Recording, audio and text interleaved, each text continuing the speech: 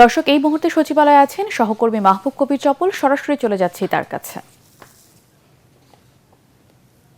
চপল, দায়িত্ব গ্রহণের পরপর দুই দিনই সচিবালয়ে প্রধানমন্ত্রী এসেছেন, আমরা যতটা দেখেছি। আজ আর কোন কোন বৈঠক করবেন তিনি?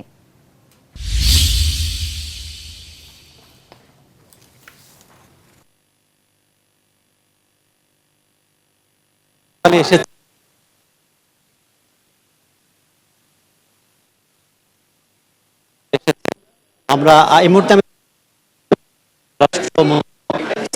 আহমদ তিনি একটু আগেই যারা বিভিন্ন দপ্তরের প্রধান আছেন আইন শৃঙ্খলা বাহিনীর তাদের সাথে আসলে বৈঠক করেছেন।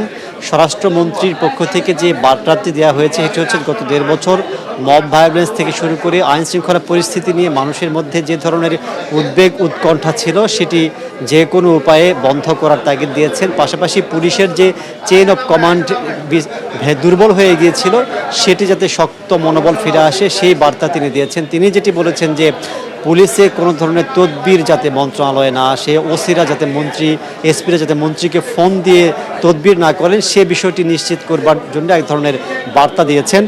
তার কাছে জানতে চেয়েছিলাম যে বর্তমান চুক্তিভিত্তিক যিনি আইজিপি আছেন, ডিএমপি কমিশনার আছেন, তাদের নিয়োগ পরিবর্তনের বিষয়ে কোনো সরকারি চিন্তা বা পরিকল্পনা আছে কিনা এ বিষয়টি নিয়ে তিনি পরিষ্কার কিছু বলেননি। আসলে মূলত তিনি দ্বিতীয় দিন অফিস করছেন, আসলে পুরো বিষয়টি জানবার চেষ্টা করছেন। আর অন্যান্য যারা মন্ত্রী আছেন তারাও এসেছেন। কিছুক্ষণ পরে শিক্ষামন্ত্রী ডক্টর এহসানুল হক মিলন তিনি ব্রিফিং করবেন, তথ্যমন্ত্রী তিনি কথা বলবেন।